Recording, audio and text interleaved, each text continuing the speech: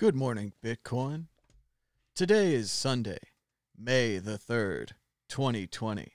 My name is Thomas Hunt, and this is the World Crypto Network.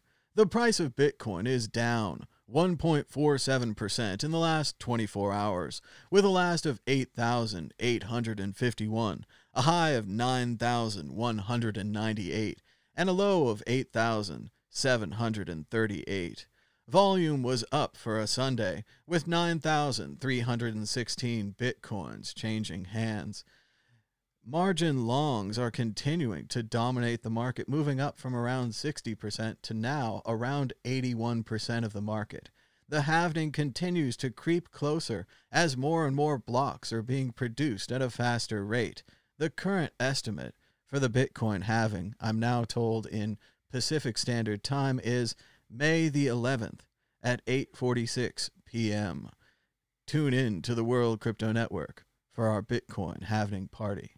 You know, we had one last time, so we'll have one this time. Just 1,238 blocks away. But as the title says, I'm mainly here to read books. Here's a poem from Charles Bukowski. Put it on the big screen there.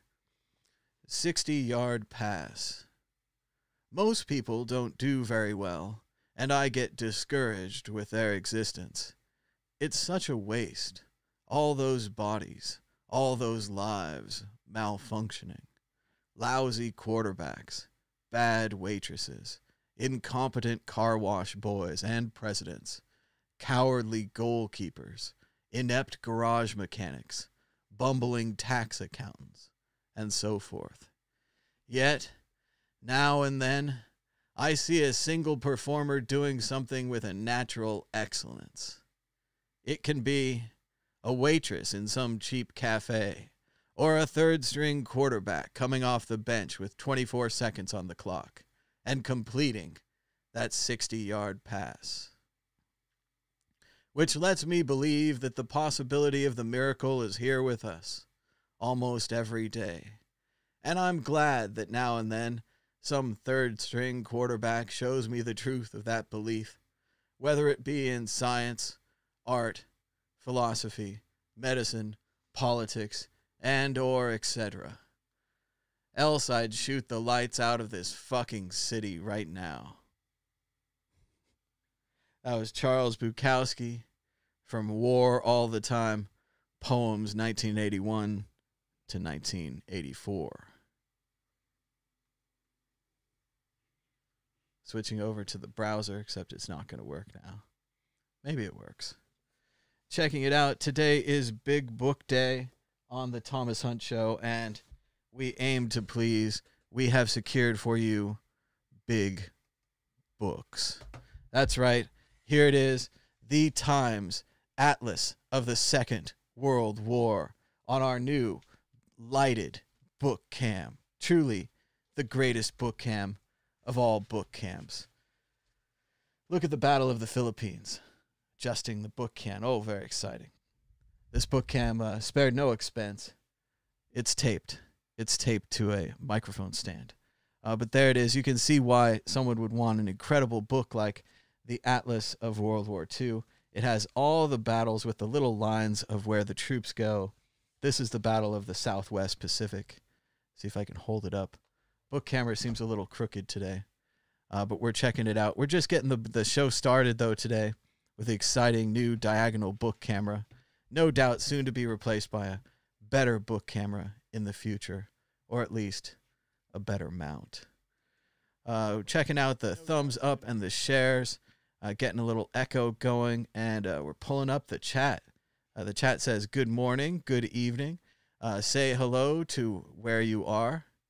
The guy says he's worried about the vaccine yet, and the vaccine doesn't even exist yet. So maybe you should wait until it exists to worry about it. I'm sending out the tweets. That's right. I can do this while I talk. It's an amazing new system. There is an infinite amount of cash at the Federal Reserve. That's right. There's an infinite amount of tweets. And there it is. I've retweeted the show. I'm doing my part. Nando says, hello from Holland. Very cool to be in Holland. I'll bet it's raining. Just taking a shot in the dark there. But it is funny to be in Vegas while other people are in the European climates. Seems like it's more, I'd say, in American degrees anyway, 60 to 40 degrees there, kind of cold. Probably more like 5 to 15 in the colder climates there. Whereas up here in Vegas, we are topping out the 90s. And, we're beating the 90s. We're tapping on the hundreds, which I've learned recently is around 37, 38. Maybe if it's cool, it'll be around 34, 32. So that's what Vegas is like. Even now, it's not really summer yet. It's just May. Say hi from Camden, London. I went to Camden once. It was a fun time. I walked around there, went to a bar, restaurant or something. Of course, there was a Belle and Sebastian song, reminded me of that, like Morningtown Crescent. So I think of you. Checking out the big book here. This is the Atlas of World War II from the Times.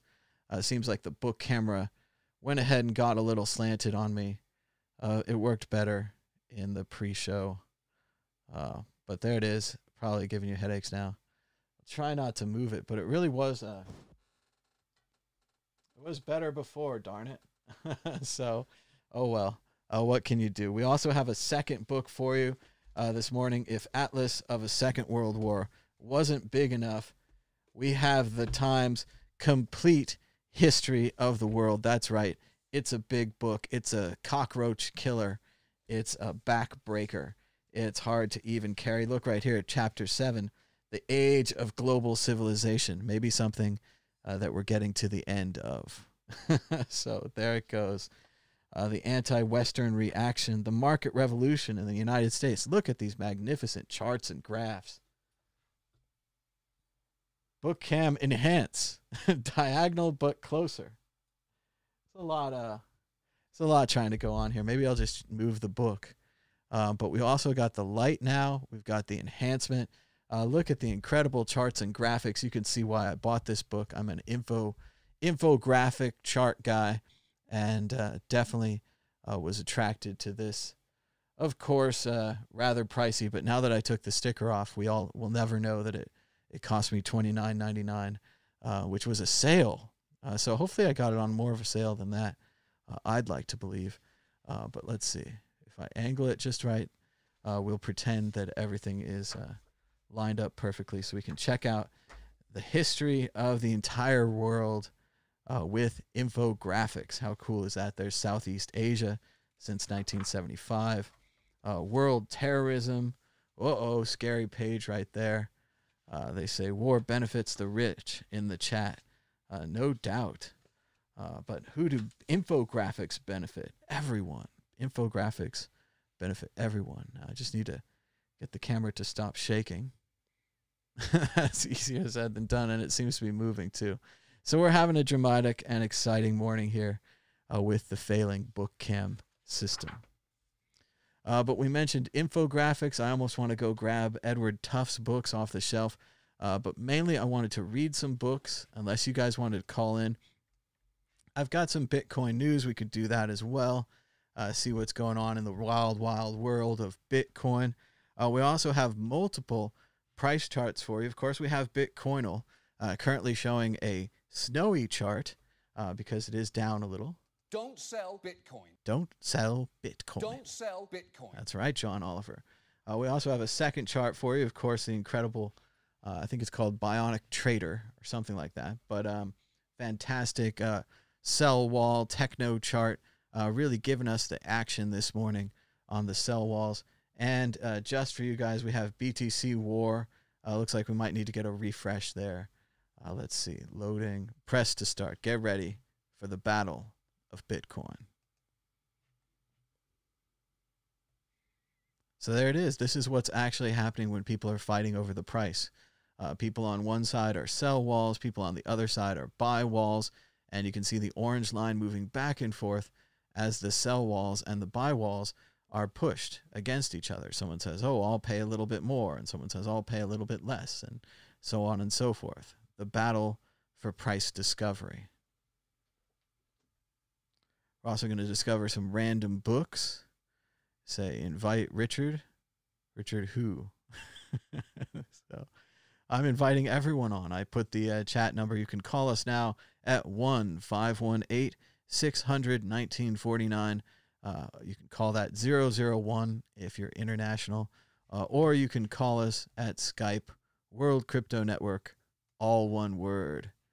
The graphics are supposed to come up right now, just like that. There it is. And it's amazing. So check that out. We're watching the price of Bitcoin. We're checking out some big books on Bookcam. And also, I think I was just going to read some random books to you guys. Let's see. I had more for Bookcam, though. So one of the reasons that I had to purchase these two giant, fantastic books, should adjust the camera first, but again, it feels like it's falling off. It's getting kind of a dramatic and interesting angle these days. But one of the reasons I bought them is because this book right here, Slamming the Monitor, was written by Richard Overy. You guys heard of him?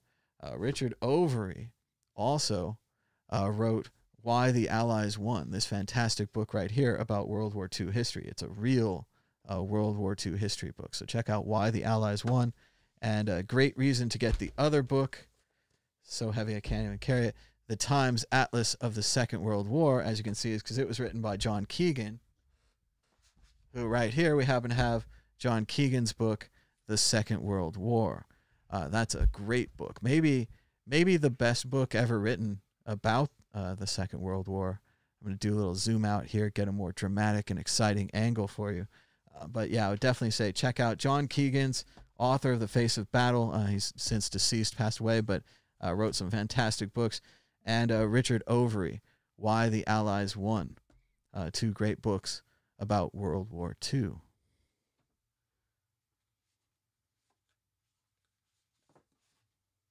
I was thinking this morning about William S. Burroughs, and how terrifying he is. William S. Burroughs, friend of Jack Kerouac, friend of Allen Ginsberg, fan of heroin and other things. Once shot his wife. He killed her. But yeah, he's an interesting character. He used to do these cut-up stories, or he had no chance or he had no option, so he would do these cut-up stories. And he would just assemble parts of the story, and they would just end up on the floor. And later on, someone like Jack Kerouac would come along and assemble them into a story, something kind of sensible like Naked Lunch. So here's a random letter from William S. Burroughs. Let's see. December 15th, 1952. To Allen Ginsberg. Dear Allen, Gerardo killed someone and skipped the country. They tried to shake me down for more money, so I followed Gerardo's example. Took off with an ex-commie also wanted for paper hanging. Bum checks, in case you hadn't heard the expression, in Mexico, Cuba, and the U.S. We had a few close calls on the trip up, but made it okay. I'm visiting with family for Xmas. Above address will find me until the 1st or less. Please write. Jack is in Mexico at 210 Orizaba. Dear Allen, thanks for the letter. There has been no change in my plans. I am leaving for Panama in a week or so, and thence will proceed to the Putumayo headwaters. In the words of the immortal bard, let determines things to destiny hold unbewailed their way. My income has survived the treachery and fall of Gerardo. I lost only the bond money. I should never have expected to recover peso one of that money, knowing the Mexicans as I do. Gerardo fled to Brazil in shame and ignominy. He murdered a 17-year-old youth who inadvertently damaged Gerardo's fish-tailed Cadillac. I have a few bones to pick with that loudmouth bum if I ever see him again. After 3 years' absence, I had expected some impact on revisiting the U.S., but nothing happened. I don't like it here. I don't dislike it. I feel that my home is south of the Rio Grande. Mexico City is more home to me than any other place, but that is out for a year or so. They may have some kind of warrant out for me. I am taking the cure. No narcotics, cortisone, which is the very latest thing and works like crazy. The croaker says my health is perfect. What an appalling idea to sandwich my book with the memoirs of a narcotics agent. The book Junkie was published by Ace as a double book series with a reprint of the 1941 nonfiction account Narcotic Agent by Maurice Hellebrandt. It would be amazing to have a copy of that. Oh well, let them do what they like, but I can't see the point in further delays. Garver is in Panama, where they serve PG in dippers. He writes that he is happy there and wants me to go in the pig-raising business with him. After all, a man has to settle down someplace sometime, so why not this little pig farm in Panama with old Garver nodding over his PG on the veranda? Marker is still in Mexico. I think he plans to join me in SA or Panama. Address in Panama will be care of the U.S. Embassy, or my address here will always be forwarded. Merry Xmas. Love, Bill. And that's William S. Burroughs, letters of William S. Burroughs. He's writing to Allen Ginsberg at the time. Today is Big Book Sunday. But we could check out some Bitcoin news if you guys like as well. Checking out the price of Bitcoin, it's up, but not up in the last 24 hours. In the last 24 hours, the price of Bitcoin is down just slightly, 1.31%, with a last of 88,047, a high of 9,198, and a low of 8,738. Volume is high for a weekend, with 9,249 Bitcoin traded. Margins long continued to lead the day, now up to 81% of the market. Bitcoin hasn't done this since before its 2015 bull run. Bitcoin price experienced a huge 20% surge in value last week, but one indicator suggests Bitcoin could still be in a downtrend. Seems unlikely. Let's see that indicator. When in doubt, zoom out. They've still got us in a descending pattern here. If you see the current breakout would have to go above kind of where it went. It went just about to 92, and they really want to break 92. If in a few days it broke 91 again, that would be something, at least according to their charts. Let's see what they say. The Fib hints at what a breakout could bring. The Fibonacci retracement levels from the all-time high of 20K Bitcoin are showing us that a breakout today could see us return to much higher levels than previously expected. 9,550 is the critical level to focus on. It's both the 0.382 Fibonacci and the top of the channel. Claiming this level could see Bitcoin soar to the 0.5 Fib of 11,500, which realistically puts the 0.618 Fib of 13,500 on the table. Yowza. Forget the halving. Is this the real reason Bitcoin suddenly soared towards 10,000? Well, let's see what it is. Completely different reasons. Oh, a large transfer of the stablecoin Tether was made to Bitcoin and cryptocurrency exchange Binance. The Tether tokens, worth a little over $50 million, were transferred to the Malta-based Binance early on Wednesday, just hours before Bitcoin began its $30 billion pump. Interesting stuff. Keep your eye on that Tether. Elon Musk tweeted this morning, anyone think they can get a good multiplayer Minecraft working on Teslas? Or maybe create a game that interacts virtually with reality like Pokemon Go while driving safely? Like a complex version of Pac-Man or Mario Kart. And I remarked, that sounds like a man living in his car. Elon Musk is, of course, selling all of his possessions and thinks that Tesla stock is just too darn high. I want to say welcome to the 20 or so viewers who are joining us on YouTube. Be sure to give us a thumbs up and a share. John Cleese's suit from Monty Python's Ministry of Silly Walks. It belongs in a museum, and it's in one. A great photo from my visit last year to the Victoria and Albert Museum. Almost exactly a year ago, exactly on this day. So there it is, John Cleese's legendary Silly Walks suit. Bitcoin may be topping out after buyers lost a key level.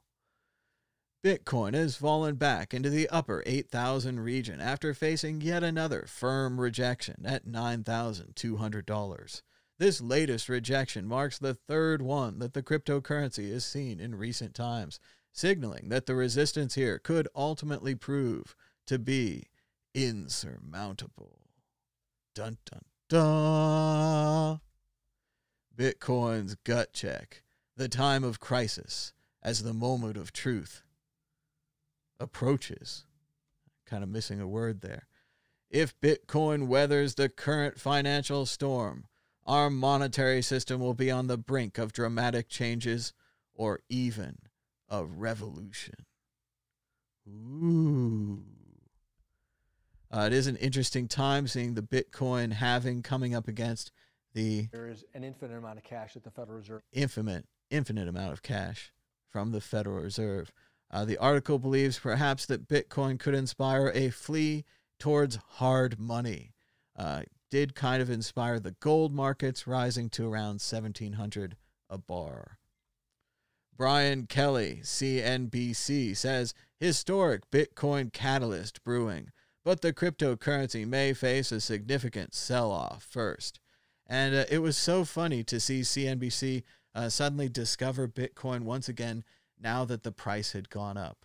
As I predicted before, when the price was down, and it would actually be interesting for you to hear about Bitcoin and maybe even good investment advice, good information, they stopped showing the Bitcoin price on their show.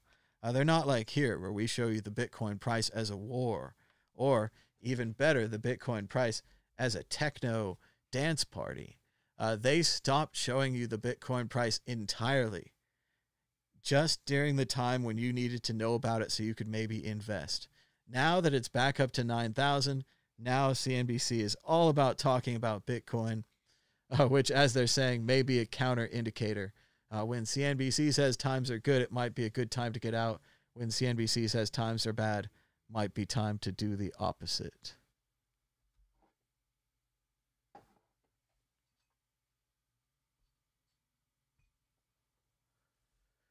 These are more pictures from my trip to the Victoria and Albert Museum.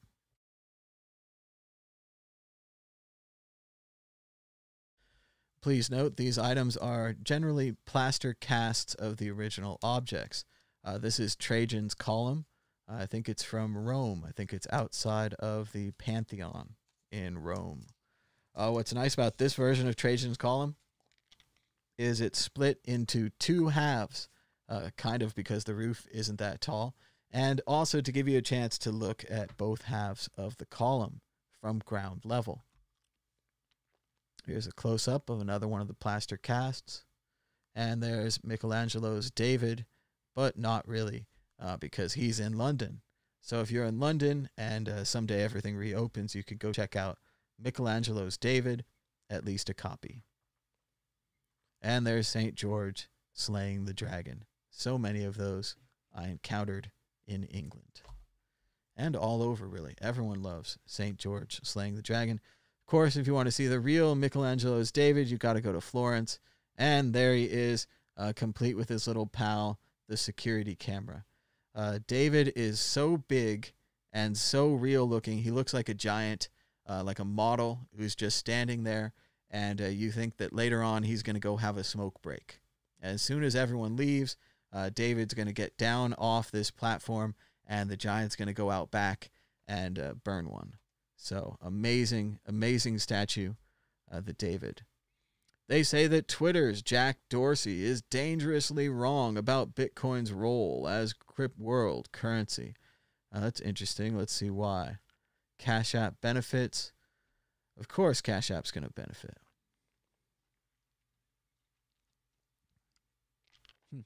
Jack Dorsey has recently described the Bitcoin white paper as poetry.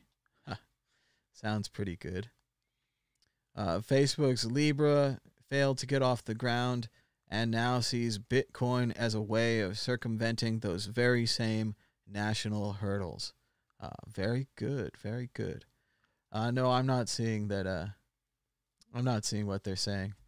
Jack Dorsey seems to understand Bitcoin pretty good as far as I can see.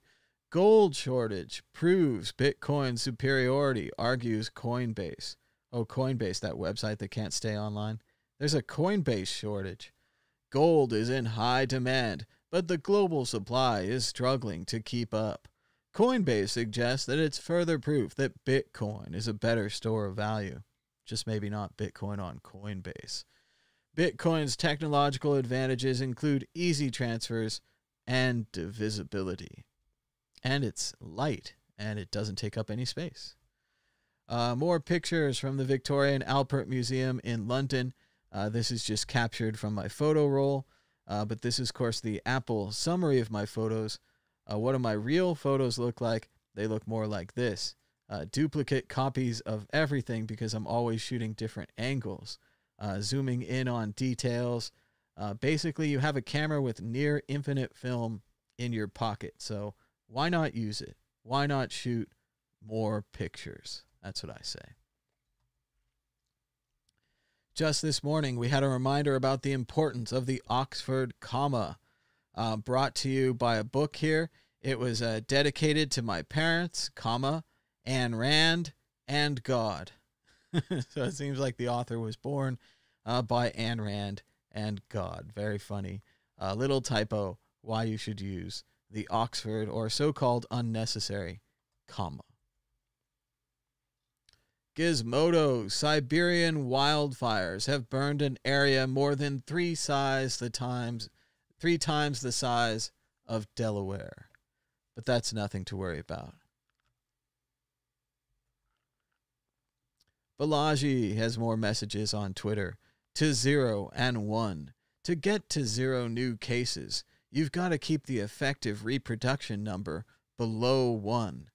Then test, trace, isolate till you get a vaccine or a treatment.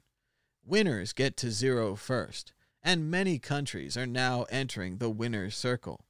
But the USA is literally in last place. Let's take a look at the graphic. You can see here the rest of the countries, many of them starting to dip down. Spain, Iran, Germany, even Italy dipping down. UK seems to be trending up. Really, if you look at it, they're sticking up out of the pack. But no one is trending as up as the US. We're in a complete another world where it doesn't seem like we're controlling the virus at all.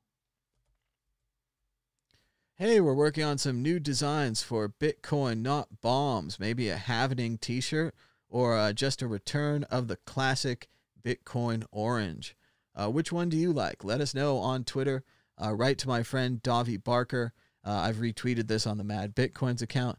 I like this one. I think the modern kind of new style airplane, like Bitcoin used to be kind of a cartoony airplane, but now Bitcoin's become a more realistic looking airplane. I think that one's pretty good. Still has the original spirit of Bitcoin Not Bombs.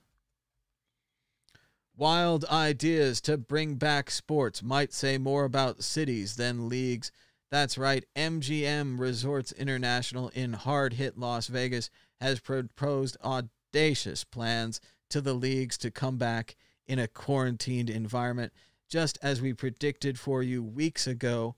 Right here on the Thomas Hunt Show, my friend James D'Angelo proposed escape pods. You put the NBA players, you put their wives, their families, you put them all in separate, segregated quarantine. You keep them separate for 14 days. Make sure none of them have the virus. Then you bring them into a place like a college campus. Or how about a series of multiple hotel casinos connected by underground pathways? That's right, they're thinking the Delano, the Mandalay Bay, the Luxor are all connected, as well as Excalibur, really, if you need more space. They can put up basketball courts in the conference center of the Mandalay Bay. They could have multiple teams and their wives and families and the people working for them serving up food in the restaurants, so on and so forth, right inside of Las Vegas broadcasting basketball games. They've proposed the same idea for baseball and pretty much every other sport. It's starting to get serious. Escape pods to save sports. Shout out to the Trolls World Tour movie. I mainly watched it because it's a historic movie. It's the first movie that they streamed directly instead of putting it in the movie theaters. Kind of broke the whole movie theater model. And right now, Universal Pictures, the company that streamed it, is currently blacklisted by AMC Movies. So it's a pretty big deal. But it turns out it's a great movie. It's all about the kind of 5 different types of music: pop music, techno music, classical music, funk music, country music, as well as a little reggae and smooth jazz and K-pop, and how the different types of music can work together. And I think it'd be a great movie for kids. A lot of great songs, a lot of great cover songs of great rock songs and funk and everything else. Has George Clinton. Come on. I defeated the South Park video games. As I said before, the Switch version of South Park, The Fractured Butthole, is very buggy and crashed on my way to victory. So I had to play my brother's save game on the PS4, but I accomplished it. I've beaten both of the South Park video games, so no more of that. We are free, at least until I buy the downloadable content, which I'm very unlikely to do, given the terrible state that they left me there on the Switch. We've got more books, and that means more William S. Burroughs. This is from Word Virus, the William S. Burroughs reader. So it's random stories and stuff. So we're just getting a random flip. Oh, I don't know what this is. Old Sarge. All right, you limey has-beens. I'm going to say it country simple. You have all been taken over like a banana republic. Your royal family is nothing but a holographic picture projected by the CIA. What is its purpose? Well, its purpose is the purpose of the Pope for you Catholics, good and bad, standing with John 23 like a good soldier in the presence of your captain. Any way you slice it, it's a grovel operation, the way we like to see them. I mean, what are we doing while the Pope and other holies keep Marx paralyzed with grovel rays is one of the mysteries you cannot understand, the mercy of God. We don't intend to be here when this shithouse goes up. Maybe I'm talking too much about private things. Family matters, you might say. And that's what we call the good old CIA, the family. So, there's just a reading from Word Virus, the William S. Burroughs reader, here on the Thomas Hunt Show. We did some Bitcoin news. We checked out the price. Trying to find my mouse clicker. And we've got the brand new, totally crooked, enjoying itself wherever it wants to kind of film today, book camera. At least it's up in the sky. It may be totally crooked, but at least it's up in the sky.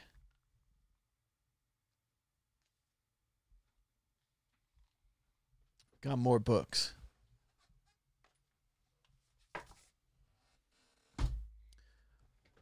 All right, let's see right here. This is Hunter S. Thompson, The Proud Highway, Saga of a Desperate Southern Gentleman. These are more letters. Randomly selected.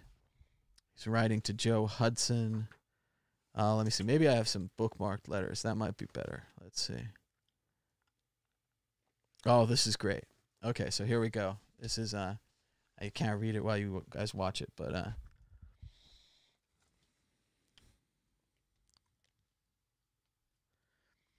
April 14th, 1961. Dear Mr. Robinson, you'll be happy to know that your check for Easy Come, Easy Go has paid for a .44 Magnum, the ultimate handgun. It will knock a motor block off its mounts, destroy a small tree, and disembowel a boar at 100 yards. No man should be without one. Your check for the Big Sur article paid for a .22 Magnum, but this has rapidly become obsolete except for target shooting and queer baiting. It has also, with the help of a large Doberman, which also came out of that check, brought me to a condition of eviction. It will be my 5th eviction in 3 years, probably a record of some sort. Now, after beating my chest and showing my scars, we come to what I hope will not turn out to be a problem. In the 1961 issue of Writer's Yearbook, the rogue blurb says you pay 5 cents a word for fiction, and that your limit is 4,000 words. This, plus your editing work on the Big Sur article, evokes me to the possibility that you may, at this very moment, be condensing Easy Come, Easy Go to 5,000 words. Or perhaps you have paid a decent price for a story that is abnormally long, but that you are going to use anyway. I hope I am right on the second count, because I don't think my story will be very affected with 3/8 of it chopped away.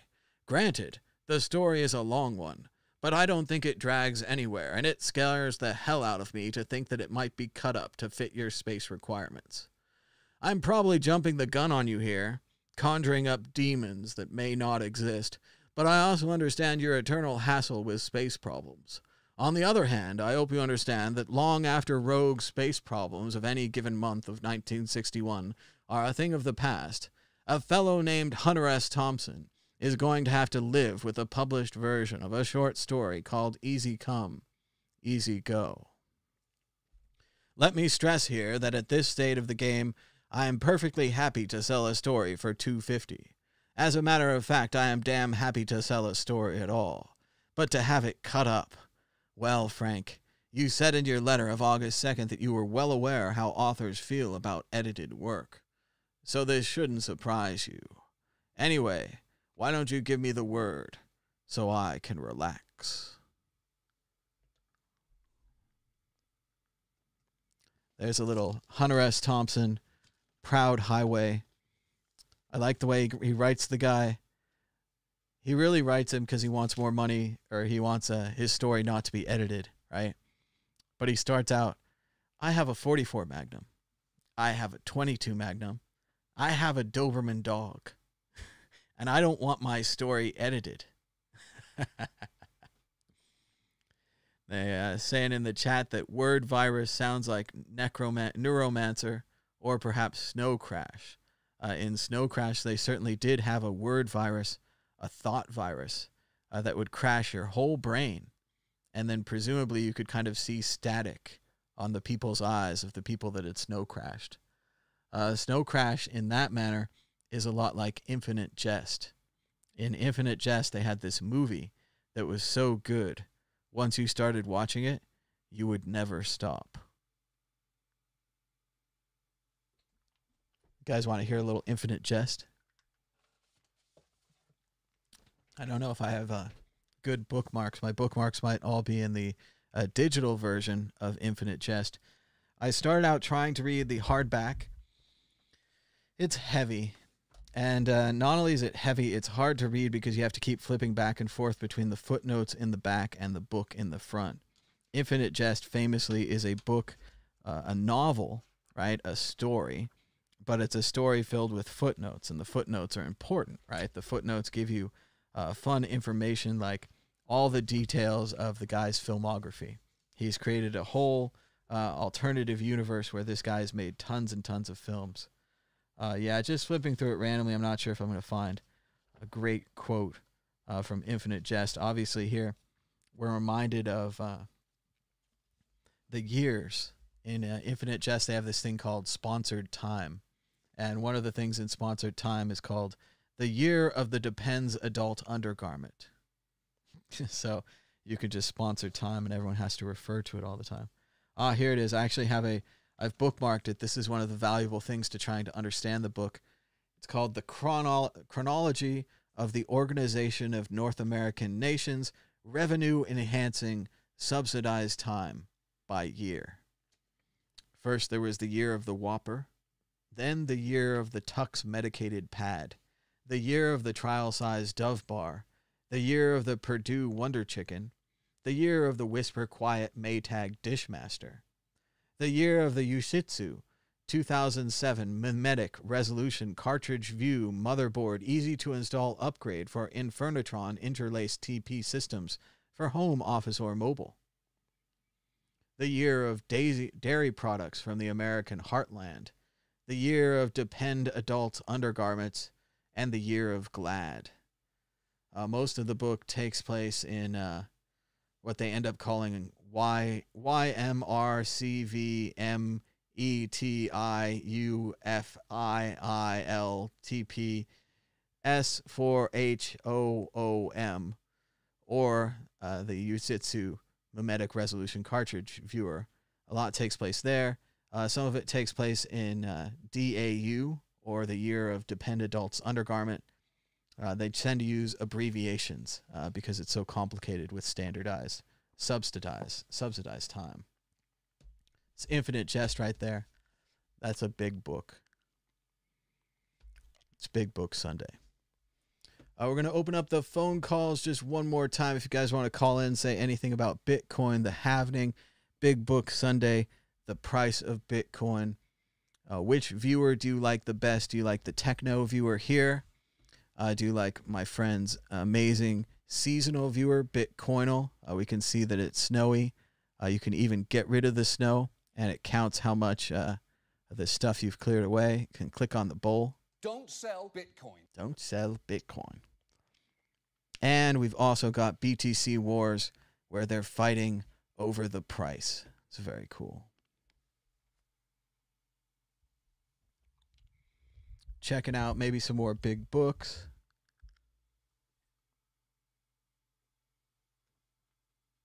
It's not a big book, but it's a good book. This is called Bright Lights, Big City. It's by Jay McInerney. Jay McInerney. I used to say McInerney, but McInerney. It starts out with a quote from The Sun Also Rises. "How did you go bankrupt?" Bill asked. "Two ways," Mike said. "Gradually, and then suddenly." And it's just a great book. So fun. It starts out in the first chapter. It says, "It's 6 a.m. Do you know where you are? You are not the kind of guy who would be in a place like this at this time in the morning. But here you are, and you cannot say that the terrain is entirely unfamiliar, although the details are fuzzy. You are at a nightclub talking to a girl with a shaved head. The club is either Heartbreak or the Lizard Lounge. All might come clear if you could just slip into the bathroom and do a little bit more Bolivian marching powder. Then again, it might not. A small voice inside you insists this epidemic lack of clarity is a result of too much of that already. The night has already turned on that imperceptible pivot where 2 a.m. changes to 6 a.m. You know this moment is come and gone, but you are not yet willing to concede that you have crossed the line, beyond which all is gratuitous damage and the play of unraveled nerve endings. Somewhere back there you could have cut your losses, but you rode past that moment on a comet trail of white powder, and now you are trying to hang on to the rush. Your brain at this moment is comprised of brigades of tiny Bolivian soldiers. They are tired and muddy from their long march through the night. There are holes in their boots, and they are hungry. They need to be fed. They need the Bolivian marching powder." So there's a little bit of Bright Lights, Big City by Jay McInerney. And it's a great book. It's a debut book. It was his first book. And it blew everyone away, and they loved it. And they thought it was The Catcher in the Rye. And they made a movie. I think it has Michael J. Fox and Eric Stoltz, maybe. And the movie's no good. And his other books weren't great either, I heard. But this is the one. Bright Lights, Big City.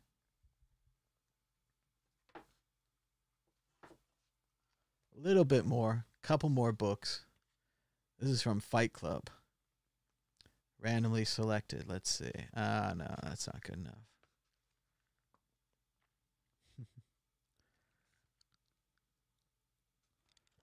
Interesting. Marla.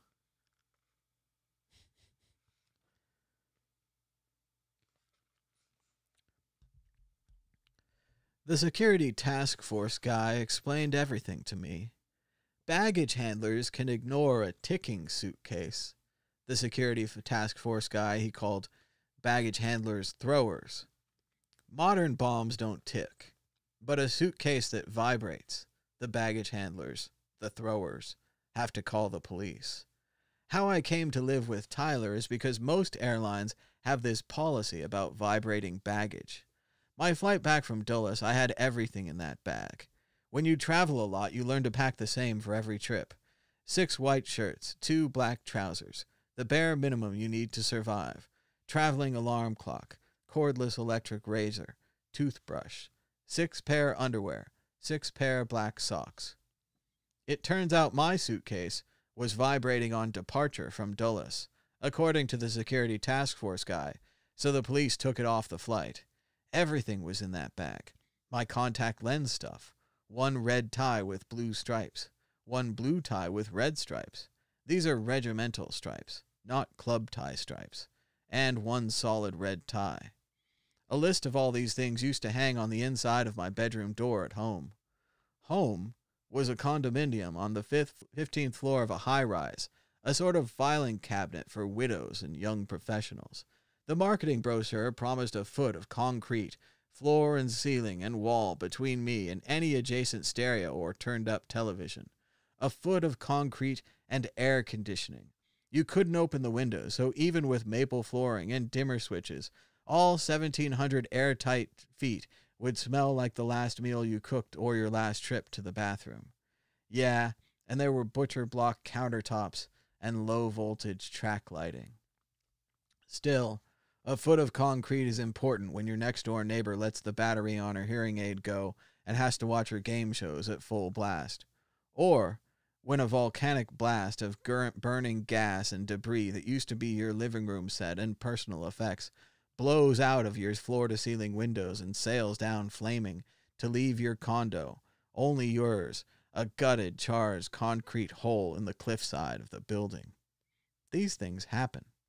Everything, including your set of hand-blown green glass dishes with the tiny bubbles and imperfections, the little bits of sand, proof they were crafted by the honest, simple, hard-working, indigenous Aborigine peoples of wherever, while these dishes get all blown out by the blast.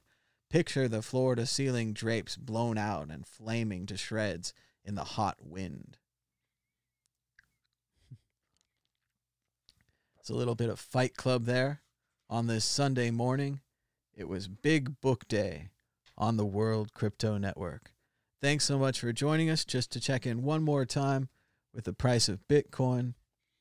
The price of Bitcoin is down 0.49% in the last 24 hours, with a last of 8,835, a high of 9,198, and a low of 8,738.